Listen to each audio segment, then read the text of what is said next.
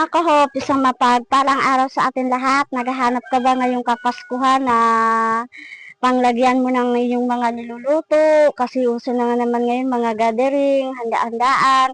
Wala kang magagamit. Naku mga kahop, di ka namang problema dyan. Tapos ito siya mga kahop, pwede siya iregalo mo sa mga friends mo, sa mga mahal mo sa buhay. Hindi ka masusupog na magregalo kasi mukhang sosyal siya pero mura lang. At saka hindi siya mabilis makalawang. Tignan nyo. Kahit ipupukbuk mo yan sa asawang mo matigas ang payo. Naglalambot ang payo pero ito, hindi siya magtutupi.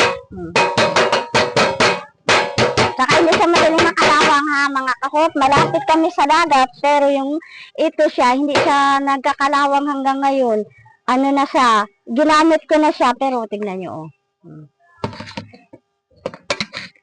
Kung gusto mo nito, na klaseng lalagyan ng mga pagkain, dessert, na kasyang-kasya sa refrigerator natin mga kahop.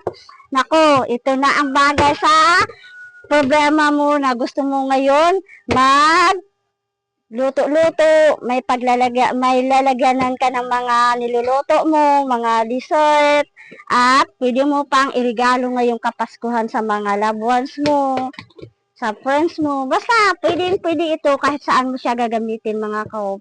Sabi ko nga, then mahilig mag-picnic. So, ito, mabilis na dadalhin. Wala na maraming abubot na dapat dalhin. Mga pagkain mo, dito mo na ilalagay.